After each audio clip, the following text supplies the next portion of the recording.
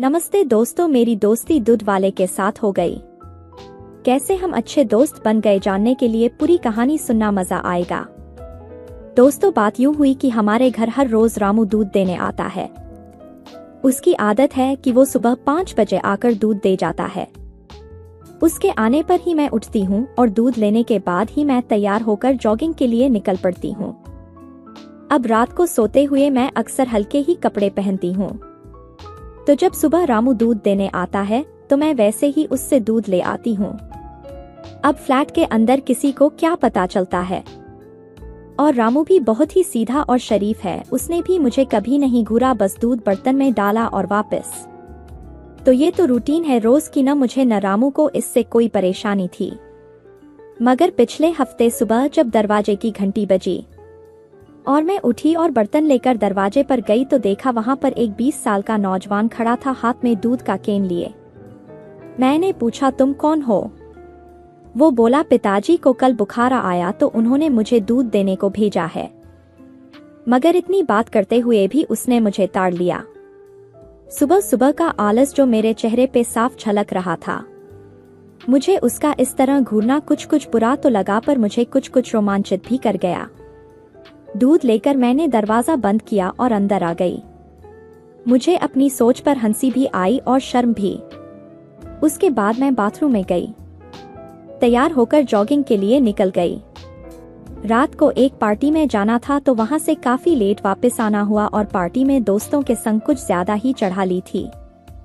तो वैसे ही सुबह का ख्याल आया कि अगली सुबह भी वही लड़का दूध देने आया तो मुझे इस टी शर्ट देखेगा तो क्या हाल होगा उसका। बस यही सोचते मैं सोने को चली गई। सुबह बेल बजी तो मैं उठकर दूध लेने गई, मगर इस बार मैंने दरवाजा खोलने से पहले खुद को एक बार हाल में लगे बड़े शीशे में देखा। मैंने दरवाजा खोला तो देखा तो वह बड़ा हरामी निकला। वह पहले ही दूध का केन रखकर नीचे फर्श पर बैठा था। उसे घूरता देख मैंने उसे यूं ही हल्का सा डांट कर पूछा, क्यों बे बैठा क्यों है? वो बोला, मैडम जी क्या बताऊं, सुबह सुबह इतना काम करना पड़ता है। मैं थक गया इसलिए बैठ गया। मगर उसका ध्यान पूरा मेरी तरफ ही था। मुझे पता था कि वो देख रहा था। मैंने उसे पूछा, पढ़ता है, स्कूल कॉलेज जाता है? वो बोला, जी +2 की है, अब तो पिताजी के साथ ही काम करूंगा। मैं दरवाजे में खड़ी उसे जाते देखती रही, फिर वापस अंदर को मुड़ी। बड़े शीशे के सामने पहुंचकर मैंने पाँव के बल बैठकर देखा। फिर मन में विचार आया, क्या हो अगर मैं उसे अपने दीदार करवा दूं।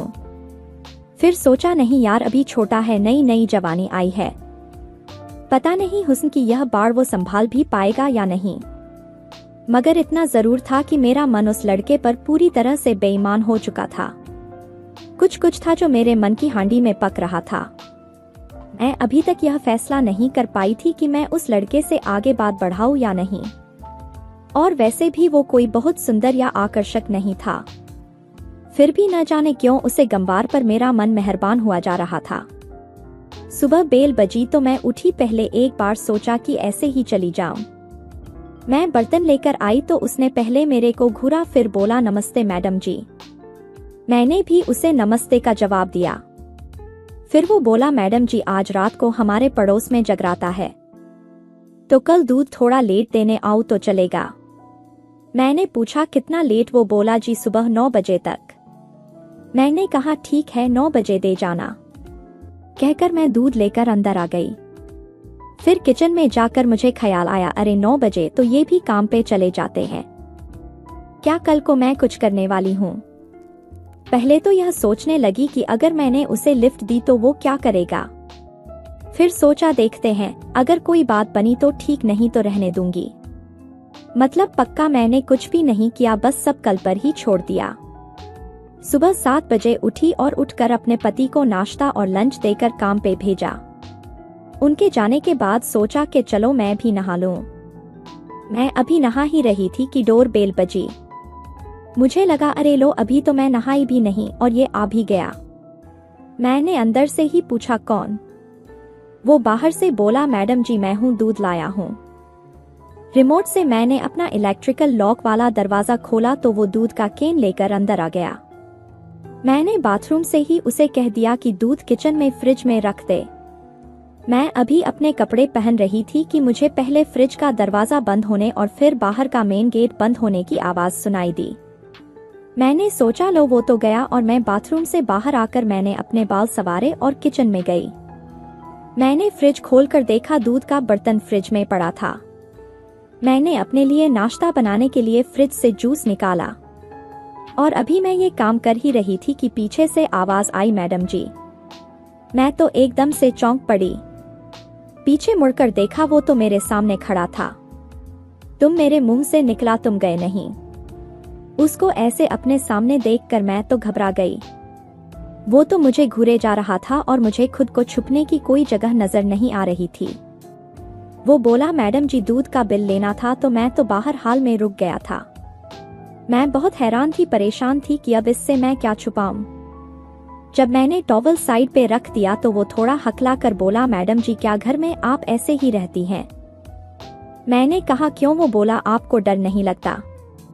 आप इतनी सुंदर हो, कोई आपसे कुछ गलत कर दे तो? मैंने कहा, बाहर से दरवाजा हर वक्त लॉक रहता है, कोई अंदर आ नहीं सकता, तो डर किस बात का?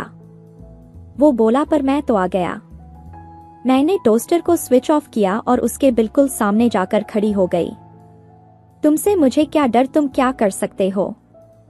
वैसे तो मैं भी शुरू से ही उस पर बेईमान थी, मगर फिर भी मैंने थोड़ा सा नखरा किया। मैंने नकली सा विरोध किया। अब ज्यादा नखरे करने की कोई जरूरत नहीं थी, जो मैं चाहती थी वो मुझे मिल रहा था। काम करने के बाद तैयार होकर वो बोला, अच्छा मैडम जी चलता हूँ, कल कब आऊं? मैंने कहा, इसी वक्त आ जाना। वो बोला, ठीक है मैडम जी, पर वो बिल के पैसे तो दे देती। मैंने कहा, क्यों, अपनी दोस्त से तुझे पैसे चाहिए? वो बोला, पैसे तो पिताजी को देने ही पड़ेंगे। मैंने अलमारी से पैसे निकाले और उसे दे दिए। वो मुस्कुरा दिया और मुझे एक टाइट छप्पी देकर चला गया। वो करीब 10 दिन हमारे घर दूध डालने आता रहा। हर रोज 9 साढ़े 9 बजे आता। अब भी कभी कभी रामू से मैं पूछ लेती हूँ, और रामू बेटा क्या कर रहा है? वो सर झुकाए बोलता, जी बस शादी कर दी उसकी, अब तो बस लुगाई के चक्कर लगावे है। तो दोस्तों, कैसी लगी हमारी कहानी? अच्छी लगी हो तो हमारे चैनल को सब्सक्राइब जरूर कर। दोस्तों, यह बात उस समय की है जब मेरे ससुर मुझे लेने मेरे गांव आए। कैसे ट्रेन के सफर में मेरे ससुर के साथ दोस्ती हुई। कहानी पूरी सुनना, मजा आएगा। मेरे पति 2 भाई और 1 बहन है। मेरे जेठ की शादी को 8 साल हो चुके हैं। मेरी ननद जिसकी शादी 5 साल पहले हो गई थी। हमारी शादी को 3 साल हो चुके हैं, लेकिन अब तक संतान का सुख प्राप्त नहीं हो पाया है। हमारा परिवार एक संयुक्त परिवार है और सब एक ही घर में रहते हैं। घर काफी बड़ा है और सबके लिए अलग अलग कमरे हैं, इसलिए बड़ा परिवार होते हुए भी किसी तरह की कोई परेशानी नहीं होती है। मेरे ससुर परिवार का मुखिया है, इसलिए जब भी परिवार में कोई शादी ब्याह का कार्यक्रम होता था तो वो सब जगह पर जाते थे। मेरे ससुर सरकारी नौकरी से रिटायर्ड है, इसलिए आस पड़ोस और गली मोहल्ले में मैंने काफी प्रतिष्ठा बना रखी थी। हमारे परिवार का सब लोग काफी आदर करते थे। अगर किसी को भी मदद की जरूरत होती थी तो वह कभी मना भी नहीं करते थे, इसलिए सब लोगों के साथ अच्छा मेलजोल था। यह घटना तब की है जब एक बार मुझे मेरे ससुर मायके से लेने के लिए आए। मेरे पति नौकरी करते थे, इसलिए उनको छुट्टी नहीं थी। ससुर घर पर फ्री ही रहते थे, इसलिए बहू को लाने का काम उन्हें सौंप दिया गया। उस दिन जब वह मेरे मायके के शहर में पहुंचे तो मेरे घर वाले स्टेशन पर मुझे छोड़ने के लिए आए हुए थे, क्योंकि वापसी की ट्रेन आधे घंटे बाद की ही थी। सब कुछ पहले से तय था, इसलिए ज्यादा बातचीत करने का मौका नहीं मिला। बस दुआ सलाम होने के बाद ट्रेन भी आ गई थी। वैसे तो स्टेशन पर भीड़ कम ही रहती थी, लेकिन उस दिन पता नहीं संयोगवश कुछ ज्यादा ही भीड़ थी। ट्रेन आकर रुक गई और हम सामान लेकर जल्दी से चढ़ने लगे, क्योंकि ट्रेन को वहां पर केवल 2 मिनट के लिए ही रुकना था। मेरे पीछे 20-25 सवारियां और चढ़ गईं। भगदड़ सी मची हुई थी जो हम दोनों को आगे की तरफ धकेल कर ले जाने का आमादा थी। उस भीड़ के धक्के से बचने के लिए हमने सामने वाले गेट की तरफ सड़क लेना ही ठीक समझा। हमारे कस्बे के स्टेशन पर प्लेटफॉर्म भी उसी तरफ आना था, इसलिए हम सीधे ही सामने वाले दरवाजे के पास जाकर खड़े हो गए। मैंने घर की मर्यादा को कायम रखते हुए घूंघट किया हुआ था।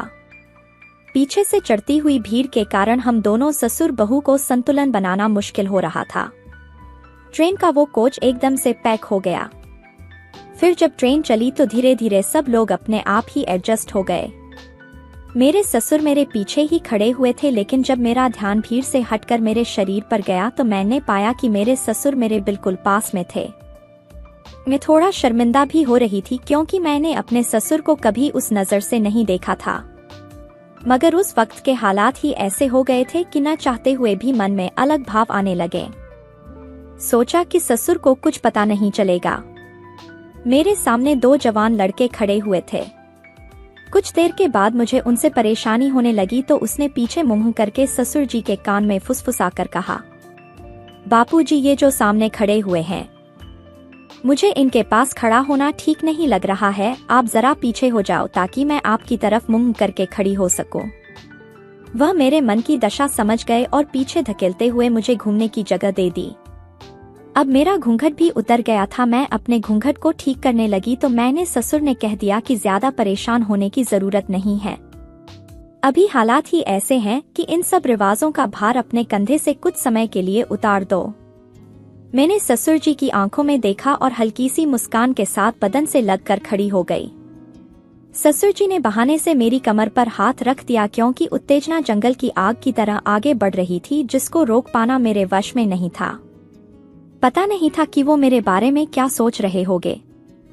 फिर जब अगला स्टेशन आया तो अंदर से निकल रहे यात्री दरवाजे में आकर फंस गए। शायद उनको मेरे मन के भावों का पता लग गया था। अब ससुर और बहू का सुर एक हो चला था।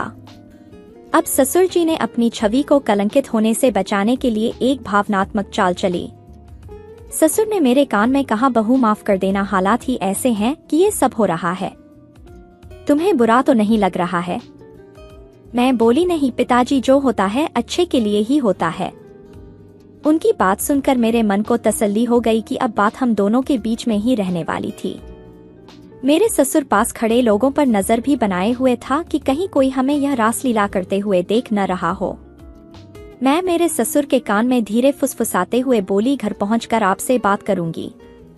ससुर जी ने कहा, यह जगह बात करने के लिए सही नहीं है, अभी सफर का मजा लो। मैं चुपचाप खड़ी हो गई। इस तरह मस्ती करते हुए कब स्टेशन आ गया हमें पता भी नहीं चला।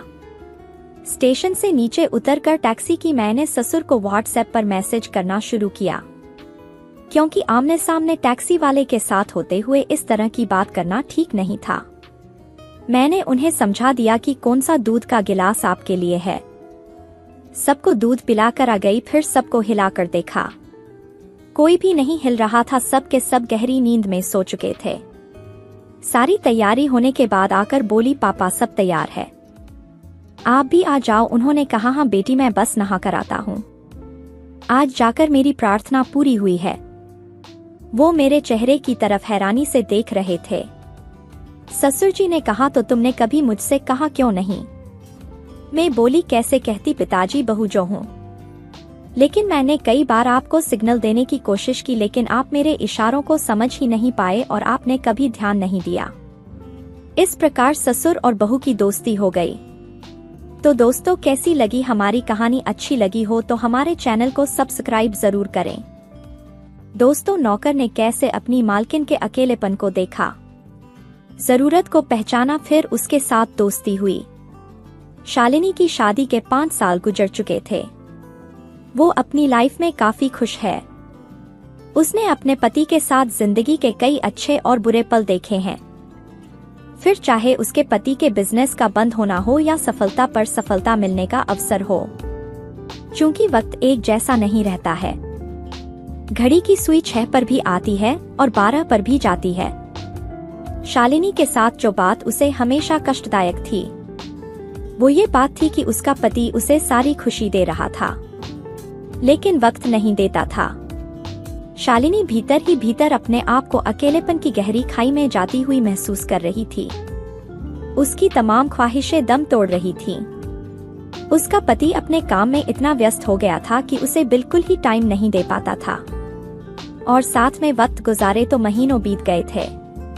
शालिनी अपने आप को अकेलेपन से दूर रखने के लिए रोज रोज नए बहाने ढूंढती थी। कभी वो अकेले ही घूमने चली जाती, अकेले ही फिल्म देखने चली जाती, घर में किताबें पढ़ती रहती, लेकिन उसके अंदर की आग उसे चैन से जीने नहीं दे रही थी। इसी बीच शालिनी का पुराना ड्राइवर विकास, जो कुछ महीनों से अपने गांव में था, वो काम पर वापस लौट आया। वो एक नौजवान था। विकास के आ जाने से शालिनी को एक साथ मिल गया था। वो दोनों रोज बातें करने लगे थे। पति की गैरहाजिरी में शालिनी का समय विकास के साथ गुजरने लगा था। दोनों एक दूसरे से दिल की बातें शेयर करने लगे थे। शालिनी उसे अपने दोस्त की तरह रखती थी, ना कि ड्राइवर के जैसे। अब तक शालिनी और विकास के बीच कुछ भी न था, मगर एक दिन सुबह सुबह शालिनी अपने घर के गार्डन में टहल रही थी। तभी उसकी नजर उसके ड्राइवर विकास पर जा पड़ी। विकास इस समय एक लंगोट बांधे हुए दंड पेल रहा था। उसके कड़ियल शरीर से पसीना बह रहा था, जो उसके सांवले बदन को चमका रहा था। विकास की घोड़े सी जांघें और बलिष्ठ भुजाओं की मछलियों को देखकर शालिनी की उसकी दीवानी होने लगी। फिर वो कुछ देर तक विकास को कसरत करते देखती रही। अब शालिनी की नजरों में उसका ड्राइवर बस गया था। फिर एक बार बिजनेस के किसी काम से शालिनी के पति को 2 दिन के लिए मुंबई जाना पड़ा। शालिनी उदास थी, इसलिए नहीं कि पति दूर जा रहे हैं, बल्कि इसलिए कि अगले ही दिन उसका जन्मदिन था। उसने इस दिन के लिए कितना कुछ सोच रखा था। विकास ये सब जानता था कि शालिनी के दिल पर क्या गुजर रही थी। जन्मदिन वाले दिन विकास ने शालिनी को सुबह सुबह सबसे पहले विश किया। शालिनी मुस्कुरा दी और उसने विकास को थैंक यू बोला। पूरे दिन शालिनी को कॉल और मैसेज पर लोगों ने शुभकामनाएं दी, लेकिन शालिनी खुश नहीं थी। उसके पति को उसका जन्मदिन याद ही नहीं था। रात को करीब 9 बजे विकास शालिनी के पास आया और बोला कि आपको प्रॉब्लम नहीं हो तो मैं आपको कुछ खास चीज दिखाने के लिए ले जाना चाहता हूँ। शालिनी ने मना किया, पर विकास जिद पर अड़ा रहा, तो उसने हाँ कर दी। शालिनी ने भी न जाने क्या सोचा और विकास के साथ जाने के लिए बेहद नजाकत से तैयार होकर बाहर आ गई। वो इस वक्त कयामत सी लग रही थी। विकास शालिनी को देखते ही ख्वाबों में खो गया।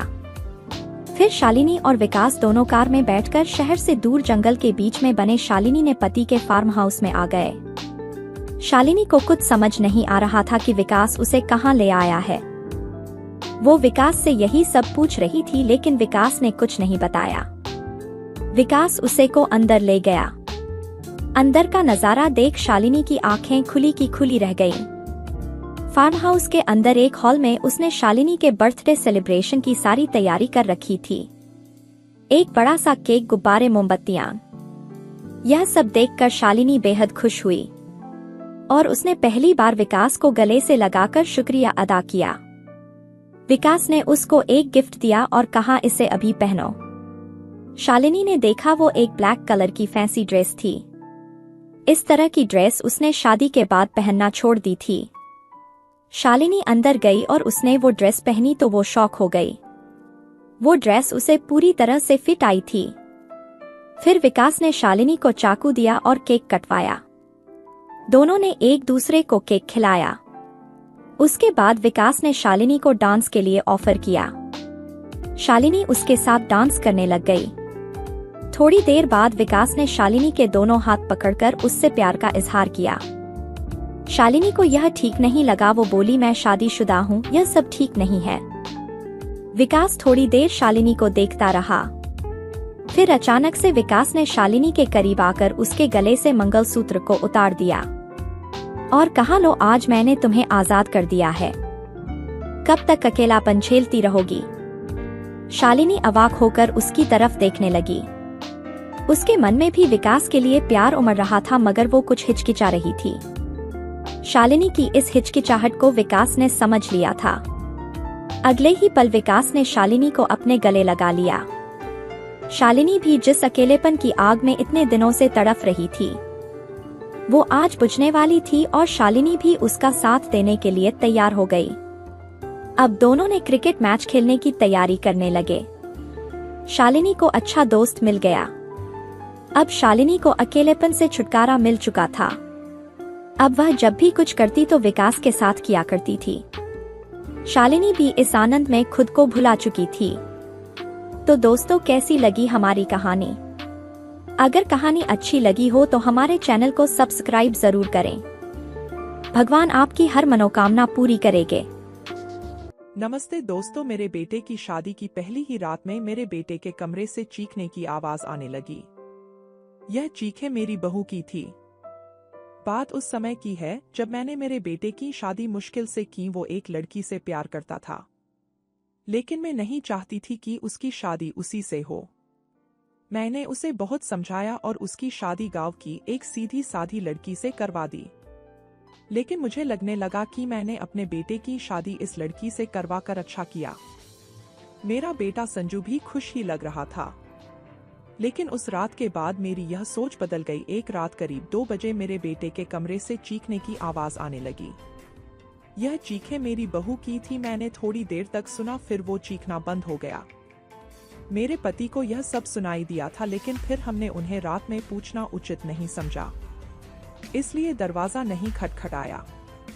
सुबह मेरी बेटी भी बोल रही थी कि मम्मी, रात को कौन चीख रहा था। मैंने उसकी बात काट दी, कहा कि कोई नहीं, शायद कोई बाहर से चीख रहा था। मेरी बहू का स्वभाव उस दिन से बदल गया। वो चुप थी सारा दिन। मैंने सोचा शायद पति पत्नी के बीच की कोई बात होगी, इसलिए मैंने कुछ पूछा नहीं।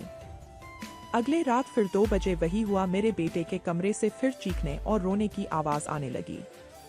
मेरी बेटी उठ गई और उसने हमारे कमरे का दरवाजा बजाया। मैंने दरवाजा खोला, देखा तो वो बहुत डरी हुई थी। बोली, मम्मी यह क्या है? भाभी रोज रात को रोती और चीखती क्यों है? क्या होता है? कमरे के अंदर चलो, अभी दरवाजा खुलवाते हैं।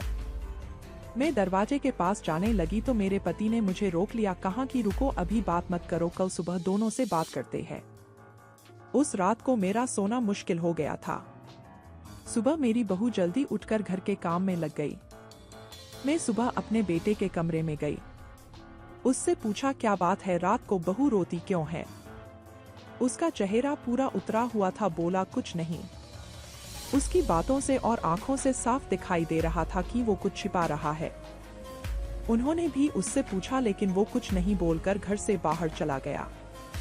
मैंने मेरी बहू से पूछा, वो कुछ काम कर रही थी। उसको देखकर ही ऐसा लग रहा था कि जैसे रात में ठीक से सोई नहीं है। आंखें साफ बता रही थी। मैंने उसे पूछा, क्या हुआ, तुम रात को रो क्यों रही थी? वो बोली, रो रही थी कब नहीं, मैं तो सो रही थी और मुझे तो कोई आवाज नहीं आई।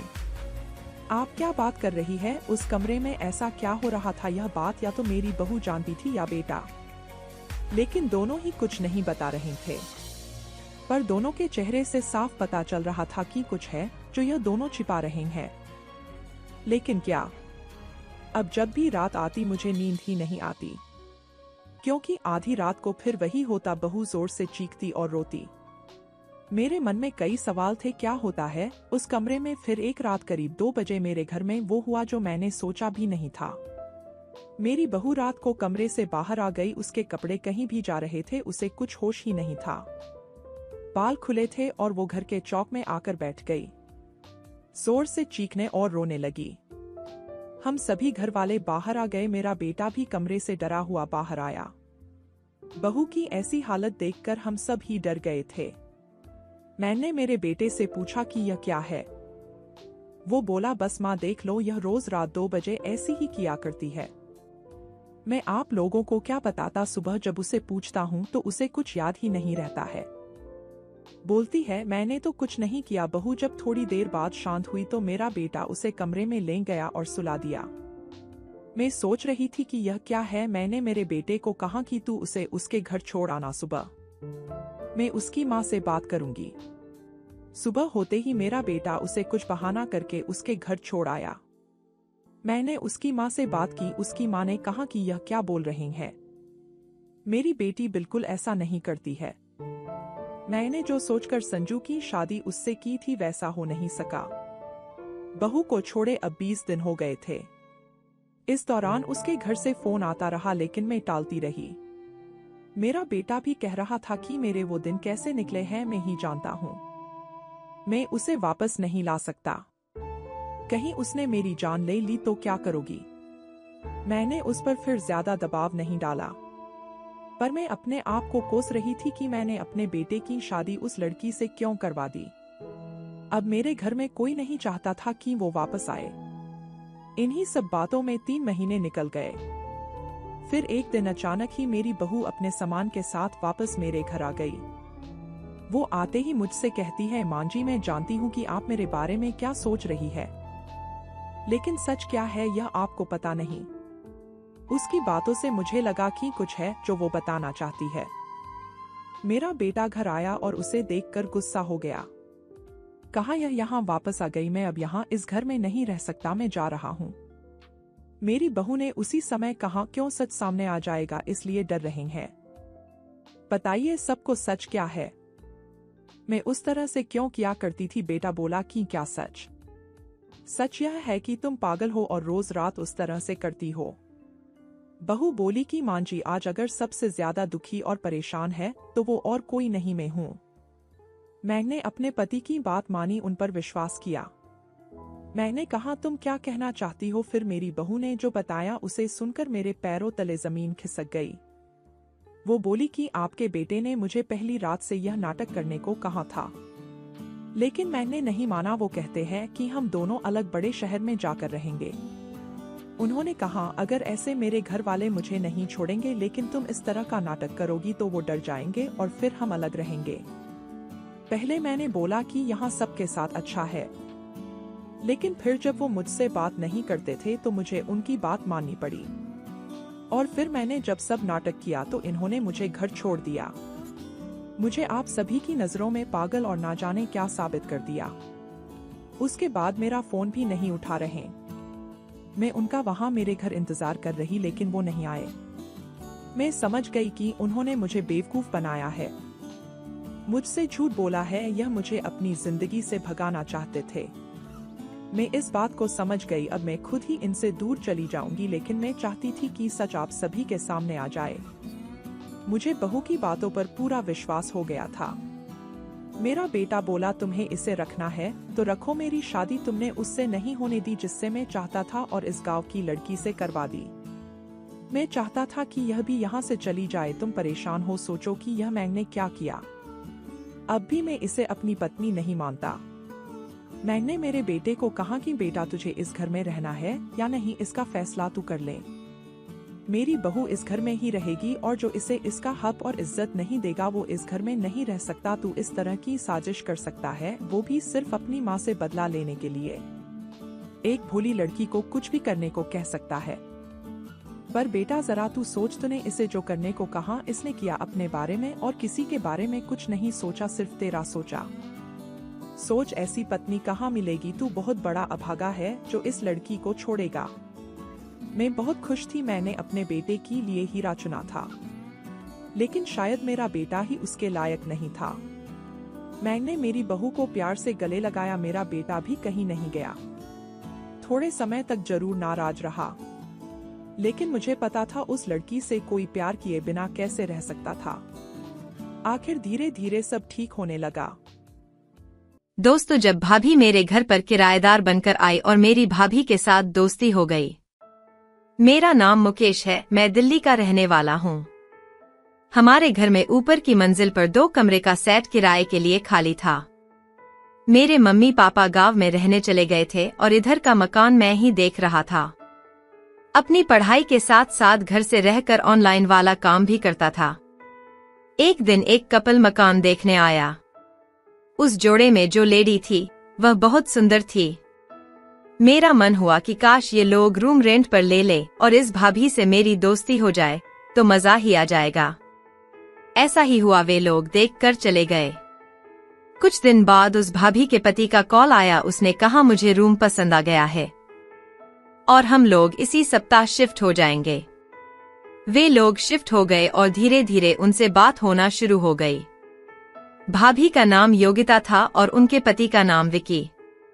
मैं दोनों को भैया भाभी बुलाने लगा।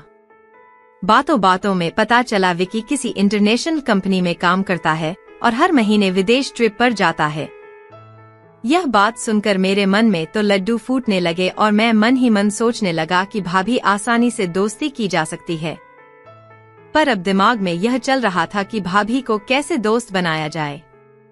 मैं घर पर ही रहता था, जॉब में ज्यादा समय नहीं देता था।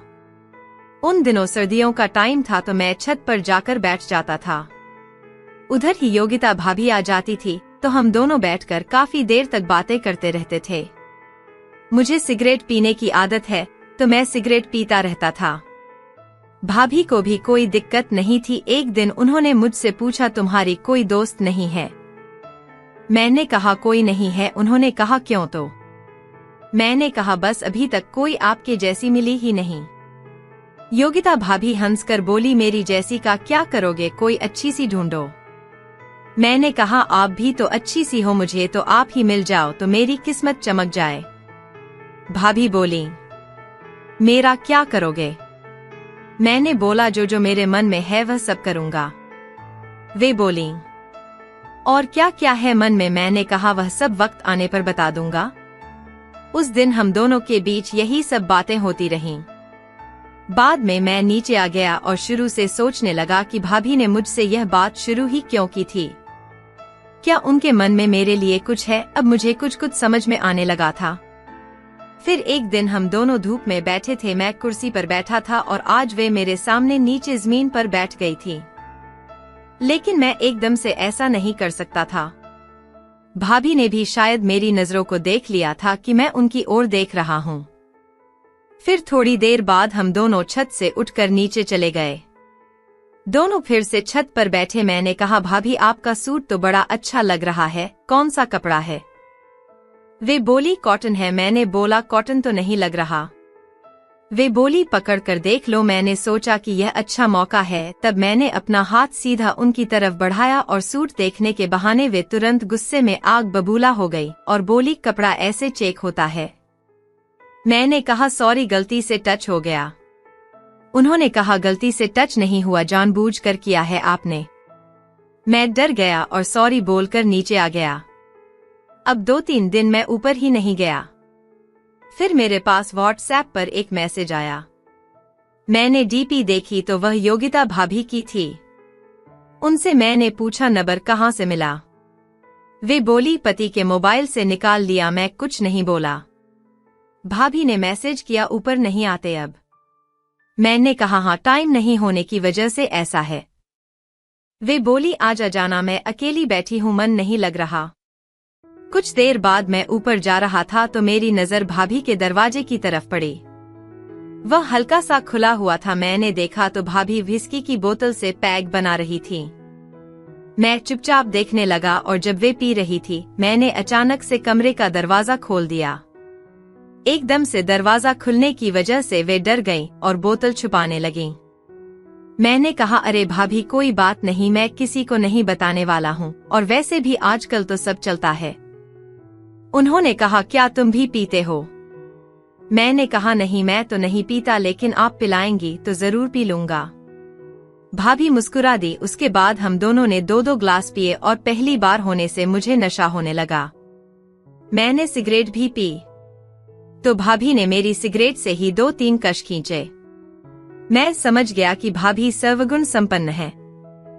मैंने सोचा कि आज सही मौका है, तो मैंने भाभी के साथ मस्ती करने लगा। भाभी ने वापस मुझे धक्का दिया और गुस्से में बोली, यह सब क्या कर रहे हो, मेरी भी कोई इज्जत है। मैं यह सब नहीं कर सकती, निकल जाओ तुम मेरे कमरे से। मैं डर गया और सॉरी बोलने लगा। उन्होंने कहा, चले जाओ। मैं उनके कमरे से बाहर आ गया। मैंने अब ऊपर जाना बिल्कुल ही बंद कर दिया। कुछ दिन बाद भाभी के पति विदेश यात्रा पर गए थे। तभी भाभी का मैसेज व्हाट्सएप पर आया। वे मुझसे सामान्य बातें करने लगीं। कुछ देर बाद बोली, काफी दिन से तुम्हें देखा नहीं, कहीं बाहर हो क्या? मैंने कहा, नहीं, यही हूँ नीचे। वे बोली, आते नहीं हो ऊपर? मैंने कहा, हाँ, उस दिन की बात तो याद होगी आपको। भाभी ने कहा, कोई बात नहीं, ऐसा हो जाता है कभी कभी। वे बोली, आ जाना ऊपर।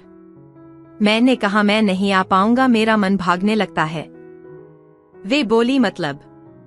मैंने कहा, मुझे आप अच्छी लगती हो। वे एक पल चुप रहने के बाद बोली, लेकिन मैं कुछ नहीं कर सकती।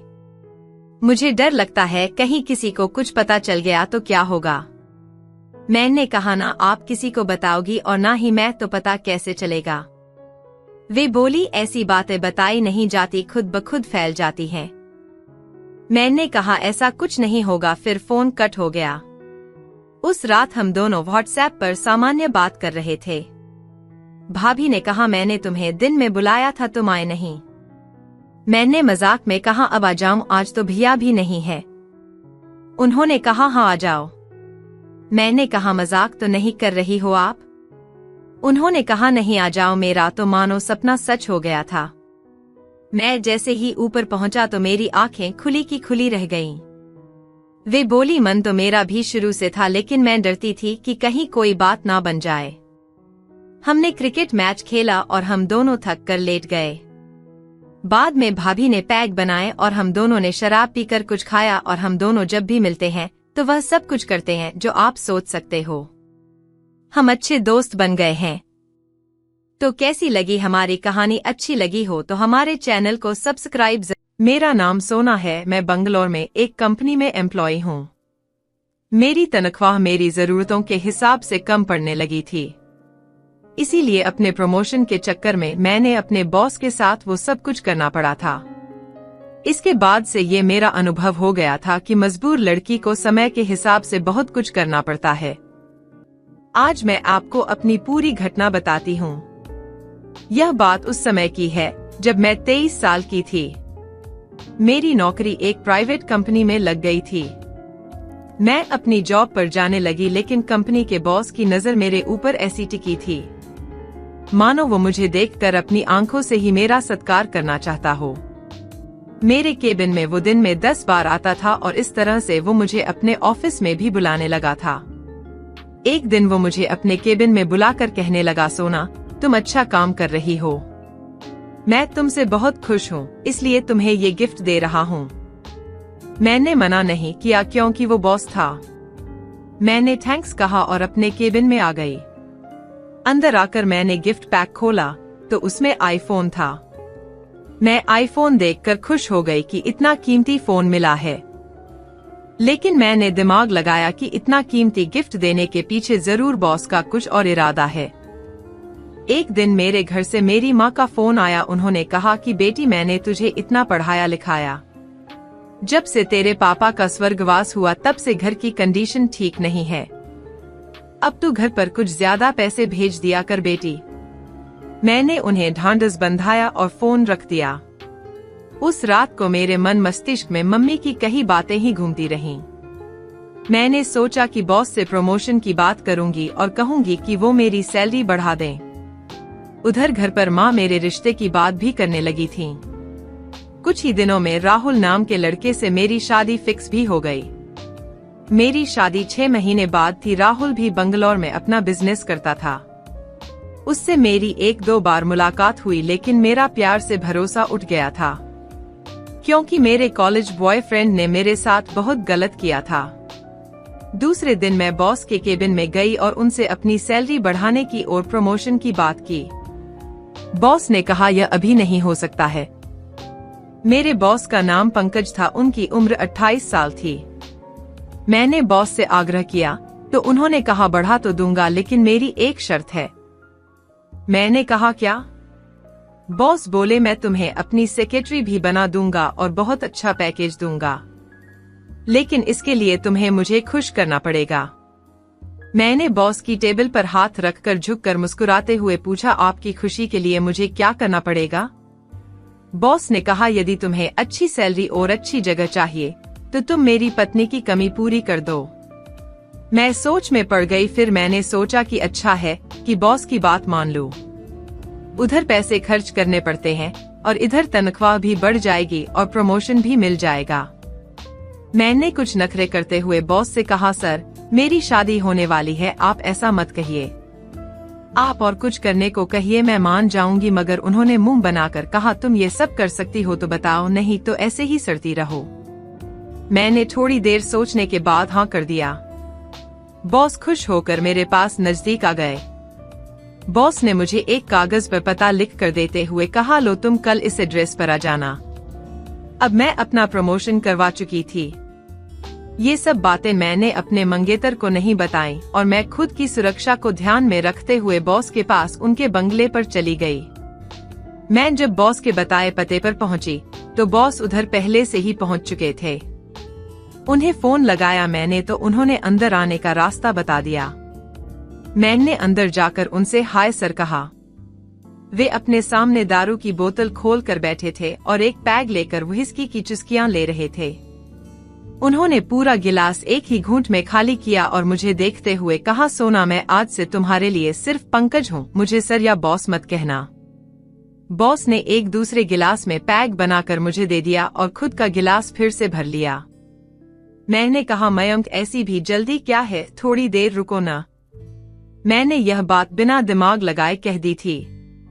मुझे लगा था कि वो दारू में ज्यादा लोड थे, इसलिए शायद ज्यादा देर तक न चल पाएं।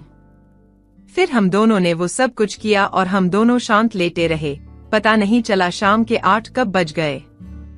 बाथरूम में जा रही थी तो लड़खड़ा कर गिर पड़ी। मुझे दर्द बहुत ज्यादा हो रहा था, मैं चल ही नहीं पा रही थी। करीब 1 हफ्ते तक बॉस ने मुझे अपने साथ में ही रखा। उसके बाद बॉस ने मेरा घर पर ही ट्रीटमेंट कर दिया। मैंने अपने मंगेतर को इस सब के बारे में नहीं बताया। मैं अपने घर चली गई और 2 हफ्ते के रेस्ट के बाद ही ऑफिस गई। लेकिन उन्होंने मुझे पैसे बहुत दे दिए थे जिसकी वजह मैं दुखी नहीं होती। बाद में मेरे बॉस ने मुझे एक घर भी गिफ्ट में दिया। अब मुझे पैसे की कोई दिक्कत नहीं होती। अब जब मुझे पैसे की जरूरत होती तो बॉस से ले लेती। तो दोस्तों, कैसी लगी मेरी कहानी? पसंद आई तो हमारे चैनल को सब्सक्राइब जरूर करें। धन्यवाद।